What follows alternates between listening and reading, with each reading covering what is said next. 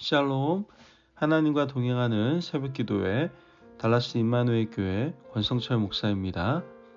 오늘도 하나님과 동행하며 풍성함을 누리시는 저와 여러분 되시길 주님의 이름으로 축복합니다. 오늘 말씀은 누가복음 1장 1절에서 4절까지의 말씀입니다. 우리 중에 이루어진 사실에 대하여 처음부터 목격자의 말씀에 일꾼된 자들이 전하여준 그대로 내력을 저술하려고 붓을 든 사람이 많은지라. 그 모든 일을 근원부터 자세히 미루어 살핀 나도 대오별로 각하에게 차례대로 써 보내는 것이 좋은 줄 알았노니 이는 각하가 알고 있는 바를 더 확실하게 알게 하려 함이라. 아멘. 하나님의 말씀입니다. 여러분, 우리가 예수님을 만나고 은혜를 받고 난 다음부터 생활에 불편함을 느끼는 경우가 종종 있습니다. 예전에는 세상 사람들이 하는 그런 말도 욕도 그렇고요, 생각도 그렇고요, 이런 말들을 다 표현하기도 하고 또 행동도 거침이 없었는데 은혜를 받고 나니까 말도 행동도 생각하는 것도 누군가를 대할 때 굉장히 조심스러워진다라는 것을 아마 은혜 받으신 여러분들 또한 저도 경험해 보셨을 겁니다.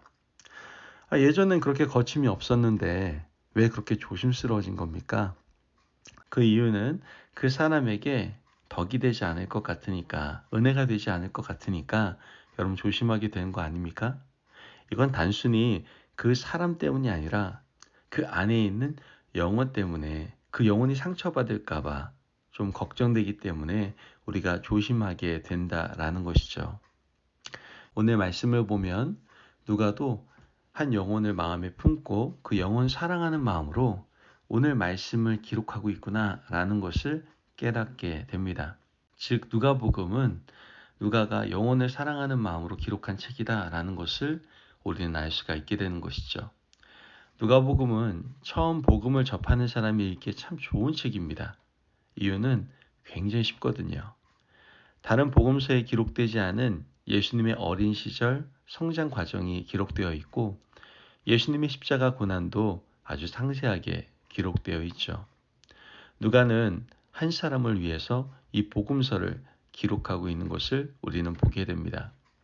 본문 3절의 4절 말씀을 보면 그 모든 일을 근원부터 자세히 미루어 살핀 나도 대오별로 각하에게 차례대로 써 보내는 것이 좋은 줄 알았노니 이는 각하가 알고 있는 바를 더 확실하게 하려 함이로라. 말씀을 보면 데오빌로 각하가 나오는데 이 데오빌로에 대해서 알려진 바는 거의 없습니다. 하지만 확실한 것은 누가는 이 한 사람 데오빌로를 위해서 누가복음을 기록했다는 것이죠. 한 사람의 믿음 성장을 위해서 아주 자세히 살펴 기록하고 있는 겁니다. 우리가 또 한 가지 살펴봐야 할 것은 차례대로라는 단어예요. 이 말은 누가의 기록이 누가복음만으로 끝나지 않는다는 뜻이죠. 누가복음이 끝이 아니라면 그 다음은 어떤 책일까요? 그렇습니다. 바로 사도행전입니다. 사도행전 1장 1절에서 2절 말씀을 보면 데오빌로여 내가 먼저 쓴 글에는 무릇 예수께서 행하시며 가르치시기를 시작하신부터 그가 택하신 사도들에게 성령으로 명하시고 승천하신 날까지의 일을 기록하였노라. 여러분 여기에도 데오빌로가 등장을 합니다. 내가 먼저 쓴 글, 이것이 바로 누가복음이죠. 누가복음 24장과 사도행전 28장, 총 52장이나 되는 길고 방대한 글을 누가는 데오빌로 한 사람의 회심을 위해서 기록하고 있다는 것이죠. 그런데 누가는 사도 중 한 사람이 아니었습니다.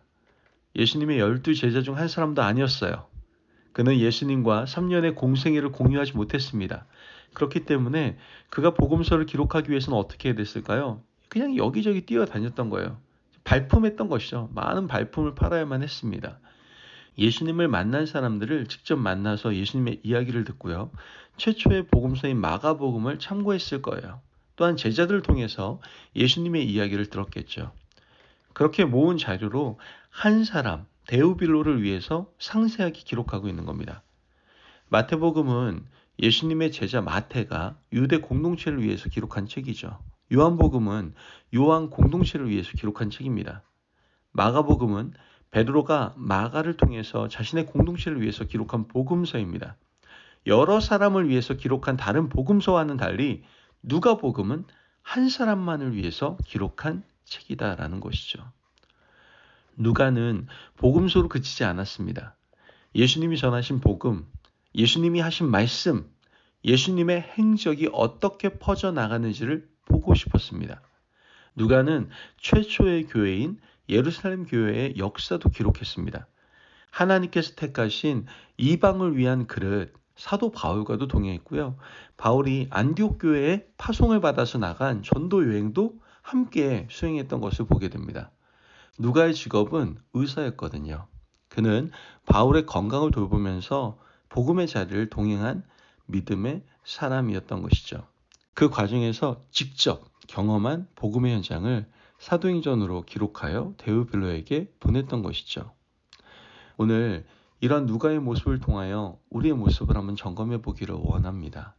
과연 우리는 누가처럼 영혼을 사랑하고 있는가? 한번 스스로에게 질문을 던져보십시오. 나는 영혼을 위해서 누가처럼 열정적이었던 적이 있었던가? 한 사람을 전도하려는 마음을 품고 오랫동안 기도했는데 그 사람의 마음이 움직이지 않습니다. 그러면 쉽게 포기해버리죠. 여러분 그랬던 적이 없습니까? 여러 가지 상황으로 우리가 전도하는 일이 잘 되지 않을 때 포기한 경험이 분명히 있을 겁니다. 우리는 그 과거를 회개해야 돼요. 누가가 가진 한 영혼을 향한 열정을 우리가 한번 보면서 좀 돌이켜서 회개하고 다시 그 영혼을 위해서 기도에 힘을 내야 한다는 것이죠. 누가가 데오빌로에게 편지를 쓸 때 누가복음이라는 이름으로 후대의 사복음서 가운데 하나가 될 것이라고 생각했을까요? 그렇지 않아요. 그가 한 영혼의 회심을 위해서 열정을 다해 기록했을 때 하나님은 그의 열정을 보시고 사복음서 가운데 가장 아름다운 꽃이 되게 하셨던 것이죠. 그는 한 영혼을 위해서 기록했지만 하나님은 상상할 수 없는 큰 영향력을 허락하셨던 겁니다. 누가복음과 사도행전을 통해서 수많은 사람들이 구원을 받았습니다. 그 일은 사람이 계획한다고 되는 일이 아니라 하나님이 하신 일이었죠. 여러분, 오늘도 우리가 한 사람을 위해서 마음과 열정을 다하면 하나님은 그 한 사람의 구원으로만 그치지 않을 거예요. 하나님께서 계획하신 구원의 역사는 한 영혼에 그치지 않고 우리가 상상하지 못하는 방향으로 발전하게 될 겁니다. 하나님이 원하시는 잃어버린 영혼의 회복을 위해서 우리가 잠시 멈추고 있었던 영혼의 구원의 발걸음을 다시 새롭게 시작하시기를 바랍니다. 그러므로 이제 누가의 열정을 마음에 새기고 기도하며 하나님의 마음에 합한 믿음의 자녀 되시길 주님의 이름으로 축복합니다. 아멘. 기도하겠습니다. 사랑이 많으신 아버지 하나님 감사합니다. 오늘도 우리에게 귀한 말씀의 은혜를 허락하여 주심을 감사합니다. 하나님, 오늘 누가가 한 영혼을 얼마나 사랑했는지를 깨닫게 됩니다. 우리도 누가처럼 한 사람을 지속적으로 사랑할 수 있도록 우리를 도와주옵소서. 누가가 가졌던 한 영혼에 대한 뜨거운 열정을 가지고 하나님이 원하시는 잃어버린 영혼을 회복시키기 위해 힘쓰는 저희들의 삶이 되게 하여 주옵소서. 감사함이 예수님의 이름으로 기도합니다. 아멘. 오늘도 하나님과 동행하며 풍성함을 누리시는 저와 여러분 되시길 주님의 이름으로 축복합니다.